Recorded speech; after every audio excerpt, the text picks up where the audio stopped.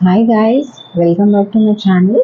और आज है 31 मई एंड आज होता है नो टोबैको डे। सो एक वीडियो तो बनता है टोबैको वाला।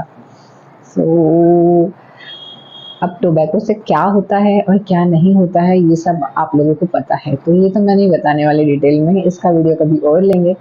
बट हाँ, मैं एक अलग वीडियो लेके आई हूँ कि आखिर टोबैको छोड़ने के बाद में होता क्या है और हम उससे कैसे फाइट कर सकते हैं। सो मैं आपकी जर्नी में, टोबैको क्विटिंग की जर्नी में, टोबैको छोड़ने की जर्नी में आपको हेल्प करने आई हूँ। सो ये वीडियो उन लोगों के लिए है, ये आपके जान पहचान वालों के लिए जो टोबैको छोड़ने की कोशिश कर रहे हैं। सो आइए शुरू करते हैं हम आज का वीडियो। सो सबसे पहले हम देखेंगे कि विथड्रॉल सिम्टम्स क्या होते हैं जब निकोटीन हम छोड़ते हैं। तो निकोटीन छोड़ने के बाद में हमारे शरीर में क्या-क्या चेंजेस आते हैं या हम में क्या चेंजेस आते हैं और हम उन सब चीज़ों से कैसे फाइट कर सकते हैं। सो सबसे पहले जो विथड्रॉल सिम्पटम होता है वो है निकोटीन क्रेविंग। सो जो निकोटीन की क्रेविंग है, बार-बार खाने का मन करना, छोड़ने के बाद में बार-बार खाने का मन करना, ये निकोटीन की क्रेविंग है। उसके बाद में दूसरा सिम्पटम्स जो होता है वो होता है चिड़चिड़ापन, इरिटेबिलिटी, एंगर, शॉर्ट टेम्पर्ड, ठीक है? ये दूसरा सिम्पटम होता है। तीसरा होता है रेस्टलेसनेस, क्या करे क्या नहीं करे इस तरीके की फीलिंग्स आना, इस तरीके का रेस्टलेसनेस होता है। उसके बाद में होता है इंसोम्निया, यानी कि नींद ना आना, बराबर से नींद ना आना। एंजाइटी होती है, डिप्रेशन आने लगता है, देन हमारी भूख बढ़ने लगती है। तो और भी कई सिम्टम्स हैं, पर ये मेन सिम्टम्स है जो आपको विथड्रॉल सिम्टम्स ये शुरुआत में आपको नज़र आते हैं। तो एक-एक करके हम देखते हैं सिम्टम्स कैसे होते हैं और किस तरीके से हम इनके साथ में फ़ाइट कर सकते हैं, टैकल कर सकते हैं। तो सबसे पहले बात करते हैं हम निकोटीन क्रेविंग की। सो निकोटीन क्या करता है, आपके बॉडी में आपके ब्रेन को ट्रांसमिशन भेजता है जिसमें आपके ब्रेन में डोपामिन जो न्यूरोट्रांसमीटर है उसका फॉर्मेशन होता है। तो जो डोपामिन क्या करता है, ये आपको एक एक्टिव स्टेट में रखता है, आपको एक लो स्टेट में नहीं रखता है। आप इसकी वजह से काफ़ी फुर्तीले हो जाते हैं या आप एक्टिविटीज़ बहुत अच्छे से करने लगते हैं, आप सैड नहीं फील करते, आप लो फील नहीं करते हैं। तो इस वजह से निकोटिन है काफ़ी एडिक्टिव है, ये काफ़ी दिनों तक रहता है और ये छूटता नहीं है बहुत आसानी से। तो सबसे पहला सिम्पटम जो होता है वो होता है निकोटीन का क्रेविंग। सो अब निकोटीन का क्रेविंग हम कैसे कम कर सकते हैं। जो हेवी स्मोकर्स होते हैं, जो भी टोबैको का सेवन करते हैं, उनके शरीर में निकोटीन के कुछ कंटेंट के, उनके शरीर में निकोटीन का एक लेवल चाहिए होता है जिसकी वजह से वो एक्टिविटीज़ करते हैं और सडनली क्विट करने की वजह से निकोटीन का लेवल सडन डाउन हो जाता है। उसकी वजह से निकोटीन खाने की अर्ज डेवलप होती है, यानी इच्छा होती है। अगर आप निकोटीन नहीं खाएंगे तो आपके काम नहीं हो पाते हैं बराबर से। इस वजह से निकोटीन की क्रेविंग छोड़ने के आधे घंटे बाद ही, जैसे अगर आप 2-2 घंटे में निकोटीन खाते हैं तो टोबैको लेते हैं तो आपको 2-2 घंटे में उसकी तलब आएगी। तो अब इसको हमें मेंटेन कैसे करना है, इससे फाइट कैसे करना है। सबसे पहले तो मैं बता दूं, निकोटीन नामक आप एकदम टोबैको जो है ये आप एकदम से छोड़ नहीं सकते हैं, आपको इसे धीरे धीरे छोड़ना है। जैसे अगर आप एक पुड़ी जो है, एक पुड़ी को आप दिन में 4 बार खाते हैं, उससे 3 बार कर दीजिए, फिर 2 बार कर दीजिए, फिर 1 बार कर दीजिए, फिर वो एक पुड़ी 2 दिन में 1 बार खाइए। इस तरीके से टेपरिंग डोज कीजिए, यानी नीचे नीचे कम कम करते हुए आप उसे छोड़ सकते हैं। एकदम से कोई भी एडिक्शन जो है ये छोड़ा नहीं जाता, इसे धीरे धीरे करके ही छोड़ा जाता है। तो इस तरीके से सबसे पहले तो आपको शुरुआत करनी है। इसके बाद में आपके माइंड को हमेशा समझाना है कि आप क्यों निकोटीन छोड़ना है, आपको क्यों टोबैको छोड़ना है। बार बार खुद को याद दिलाते रहिए जब भी आपको निकोटीन की क्रेविंग हो। इसके बाद में आपको उसके सब्स्टिट्यूट ढूंढने हैं। निकोटीन की जब भी क्रेविंग हो तो आप शुगरलेस गम खा सकते, च्युइंग गम्स जो होते हैं, आप कैरेट खा सकते हैं, आप एप्पल खा सकते हैं, पिकल्स खा सकते हैं। इस तरीके से कुछ तो भी सब्स्टिट्यूट आप रखिए तो आप यानी हमेशा मुंह चलता रहना चाहिए। अगर आपका मुंह बंद रहा तो आपको निकोटीन का क्रेविंग सडनली आने लगता है, इसलिए कुछ ना कुछ खाते रहिए। इस तरीके से आपका जो क्रेविंग है उसका सप्रेशन होते रहेगा, ठीक है। कुछ निकोटीन रिप्लेसमेंट ट्रीटमेंट्स हैं जो आपके डॉक्टर आपको बताएंगे, तो वो आप फॉलो कर सकते हैं, उसकी वजह से भी आपका निकोटीन का क्रेविंग बंद रहता है। आपको ऐसे सर्टेन सिचुएशंस अवॉइड करनी है या जगह अवॉइड करनी है जहाँ पे आपको स्मोकिंग का क्रेविंग आए, निकोटिन का क्रेविंग आए। जैसे कि हम कुछ पर्टिकुलर जगह पे बैठ के अगर आप पीते हैं तो वो जगह पे जाना अवॉइड कर दीजिए, या बहुत सारे लोगों में आप अगर स्मोकिंग अगर कोई कर रहा है और आपको तलब उठती है तो आप वो जगह छोड़ दीजिए। इस तरीके से सिचुएशन को हैंडल करने की कोशिश कीजिए। इसके बाद में हम कुछ डीप ब्रीदिंग के प्रैक्टिस कर सकते हैं, जैसे कि नाक से लंबी सांस लेना है और फिर मुंह से छोड़ देना है। इस तरीके से आप 10 टाइम्स डीप ब्रीदिंग का प्रैक्टिस कीजिए। जब भी आपको क्रेविंग उठे आप इस तरीके से 10 ब्रीदिंग्स लीजिए, आपका क्रेविंग जो है वो धीरे धीरे कम होने लगेगा। सो ये क्रेविंग जो है ये कुछ हफ्तों तक रहेगी और फिर ये निकल जाएगी।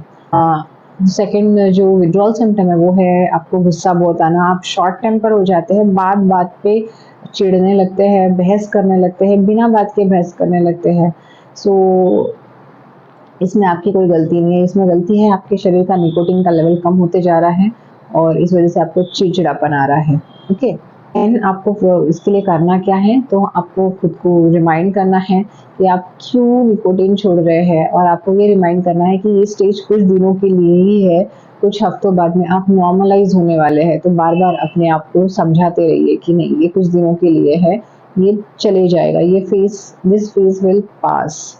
ओके, फिजिकल एक्टिविटीज में एंगेज हो जाइए। अगर आपको साइकिलिंग पसंद है तो साइकिलिंग कीजिए, आपको अगर वॉक पसंद है तो आप वॉक कीजिए। सुबह मॉर्निंग वॉक पे जाइए, इवनिंग को काम से आने के बाद में थोड़ी देर के लिए वॉक लीजिए, खुद के साथ थोड़ा सा समय बिताइए। अगर आपको लोगों के होने से चिड़चिड़ हो रही है तो आप अपना मी टाइम लीजिए और अलग से वॉक पे जाइए और अकेले थोड़ा सा आधा 1 घंटा बाहर नेचर में बिताइए।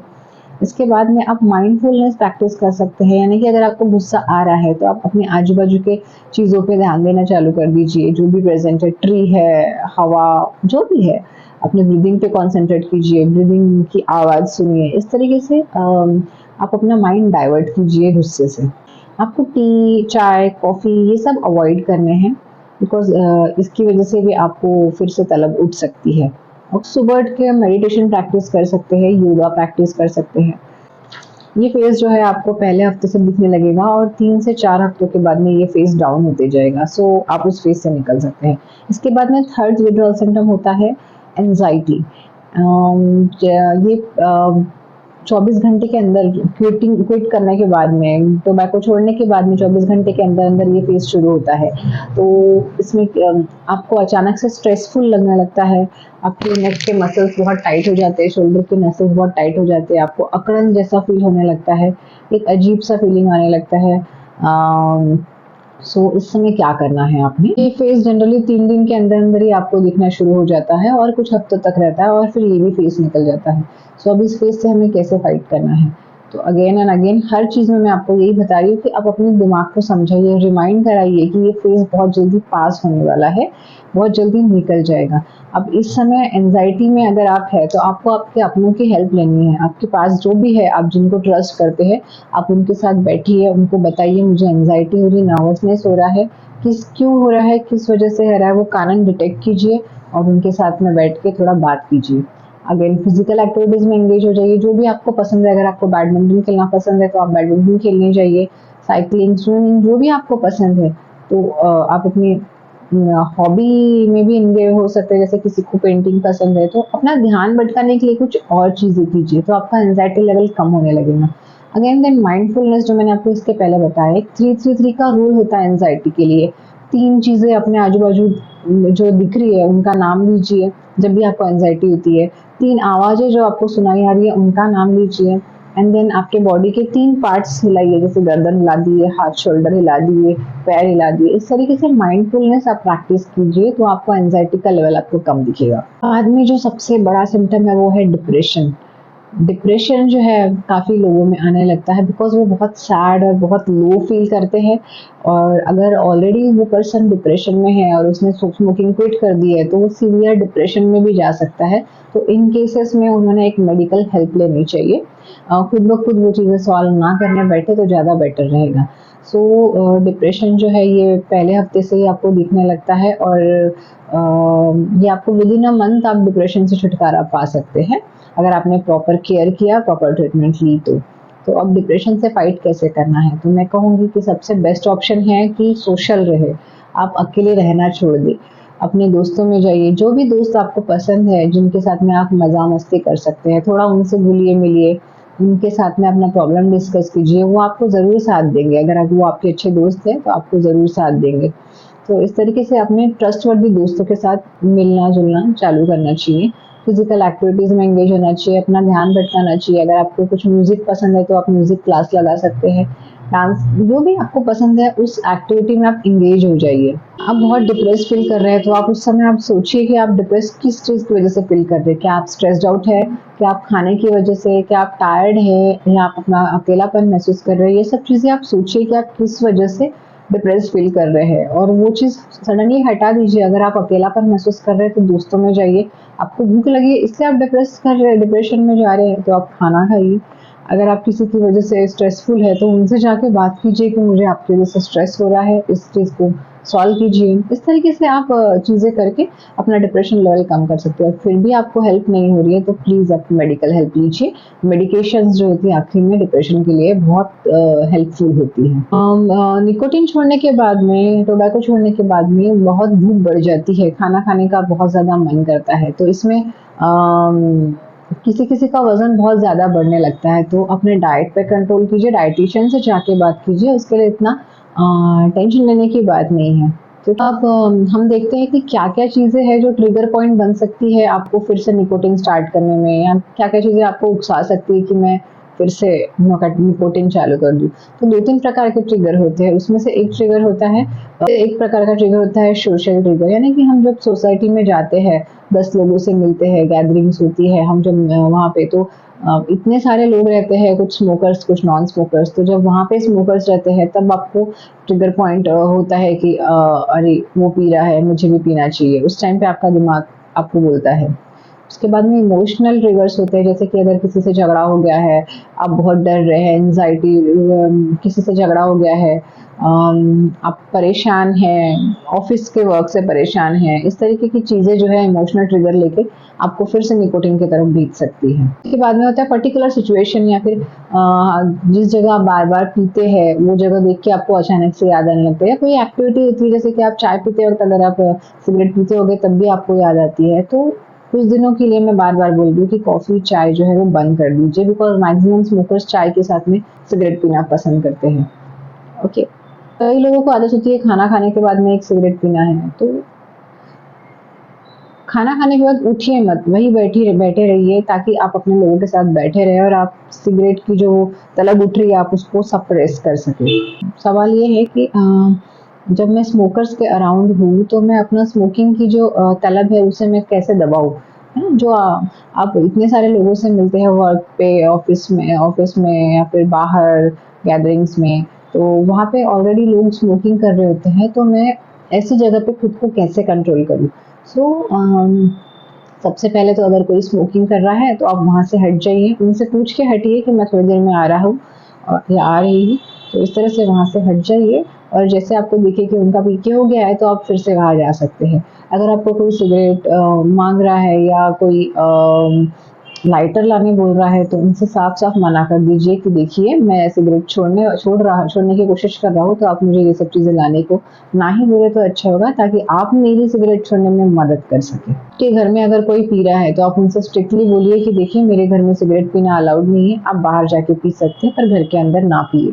और हमेशा फ़ोकस रखिए कि आपने जो टोबैको छोड़ा है, आप बिल्कुल ध्यान में रखिए कि आपने जो टोबैको छोड़ा इससे क्या हुआ है। आपका हेल्दी लाइफ़स्टाइल हो गया है, आपका फ़िज़िक अच्छा हो गया है, आपकी कफ़िंग बंद हो गई है, आपका मुँह का टेस्ट अच्छा हो गया है। आपने क्या-क्या गेन किया है टोबैको छोड़ के, ये अपने दिमाग को बार-बार याद दिलाते रहिए।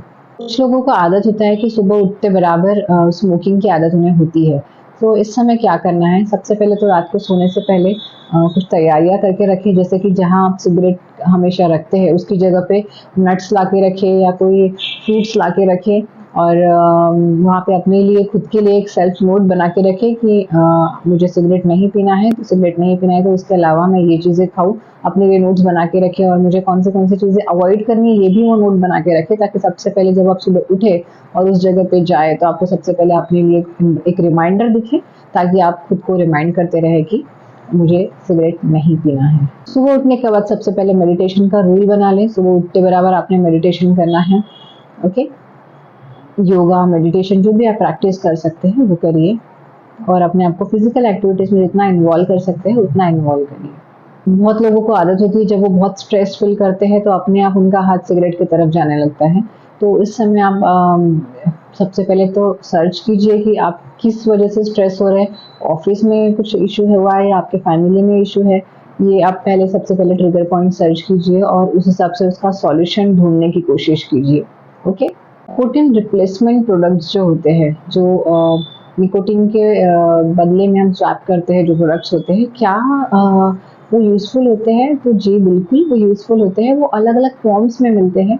निकोटिन के पैचेस अवेलेबल है, निकोटिन के गम्स अवेलेबल है, निकोटिन के लोशन जैसे यानी चूसने वाली गोलियां अवेलेबल है, निकोटिन के स्प्रे अवेलेबल है, निकोटिन के इनहेलर अवेलेबल है। इस तरीके से काफ़ी चीज़ें अवेलेबल है निकोटिन रिप्लेसमेंट प्रोडक्ट के तौर पे। तो इनमें कुछ मेजर्ड डोज होता है और कुछ हफ्ते का वो एक डोज होता है। आपको वो पूरे हफ्ते में लेना पड़ता है, ताकि वो पहले सबसे ज़्यादा डोज होता है और उसे टेपरिंग करते हुए कम डोज, यानी वो टैबलेट्स होती है जो भी है उस तरीके का वो रेजिम होता है, वो आपको फॉलो करना है, जो आपको निकोटिन छोड़ने में मदद करेगा। उनमें कुछ अमाउंट ऑफ निकोटिन होता है, कुछ प्रिस्क्राइब अमाउंट होता है, उस टाइप का उतना अमाउंट का निकोटिन होता है, और फिर वो डोज जो है वो कम कम अमाउंट में होते जाता है नेक्स्ट डे के हिसाब से, और इस तरीके से आप छोड़ सकते हैं। तो क्या ये निकोटिन रिप्लेसमेंट प्रोडक्ट सेफ है? तो अब ये सवाल का जवाब आप ही दीजिए, क्या निकोटिन सेफ है? जब आपको पता है कि निकोटिन में कोल, कार्बन, हाइड्रोकार्बन्स, कार्सिनोजेनिक प्रोडक्ट्स है, फिर भी आप ले रहे हैं, तो आप पूछ रहे हैं कि निकोटिन जो रिप्लेसमेंट प्रोडक्ट्स है क्या वो सेफ है? तो ये कम से कम आपकी सिगरेट, बीड़ी या टोबैको से तो बेटर है, और आप छोड़ने वाले हैं, आप इसे कंटिन्यू नहीं करने वाले, इसे धीरे धीरे करके छोड़ने वाले हैं, तो ये आपके इन प्रोडक्ट से तो बहुत सेफ है। ओके, क्या निकोटिन रिप्लेसमेंट प्रोडक्ट्स के अलावा भी कोई चीज़ें हैं जिसमें बिना निकोटिन की हमारी हेल्प हो सके? तो हाँ, इसके लिए आपको आपके मेडिकल प्रैक्टिशनर के पास जाना पड़ेगा। आपको वो कुछ मेडिकेशंस देंगे, मेडिकेशन से भी आपके ड्रग्स ये जो टोबैको है वो छूट सकता है, बट उसके कुछ सेवरल साइड इफ़ेक्ट्स हैं जो आपको आपके डॉक्टर उस समय बताएंगे, और उसको फाइट करने के लिए भी आपको आपके डॉक्टर्स बताएंगे कैसे कर सकते हैं, उनको ओवरकम कैसे कर सकते हैं। सो उस चीज़ के लिए आपको आपके डॉक्टर से मिलना पड़ेगा। तो कुछ प्रिस्क्रिप्शन स्ट्रेंथ अवेलेबल है जिससे आपका टोबैको खाना जो है टोटली बंद हो सकता है। इस तरीके से काफ़ी चीज़ें हैं जो हम हेल्प कर सकते हैं, जो टोबैको छोड़ रहे हैं उनकी, या आप खुद की हेल्प कर सकते हैं। और अगर आप खुद ही टोबैको छोड़ना चाहते हैं तो आपको अगर मेरा वीडियो ये पसंद आया हो तो प्लीज़ उन सबको शेयर कीजिए जिनको टोबैको छोड़ना है, या फिर आप उनको शेयर कीजिए जिनको अपने पार्टनर्स को टोबैको छुड़वाना है, और देखिए फिर कि आपको ये हेल्पफुल होता है या नहीं। और अगर फिर भी हेल्पफुल नहीं होता तो आपके नज़दीकी मेडिकल प्रैक्टिशनर से जाके मिलिए और उसका सॉल्यूशन ढूंढिए। तो आई होप सो आज नो टोबैको डे पे मुझे ये मैसेज अवेयरनेस का स्प्रेड करना था, तो आप जितने ज़्यादा लोगों तक ये मैसेज पहुंचा सके मेरा ये वीडियो शेयर कीजिए। और थैंक यू सो मच इतना मेरा वीडियो देखने के लिए और सुनने के लिए। अगर आपको कोई सवाल है तो आप नीचे कमेंट बॉक्स में मुझे पूछ सकते हैं, और मेरे चैनल को लाइक सब्सक्राइब करना ना भूलें। Okay, bye.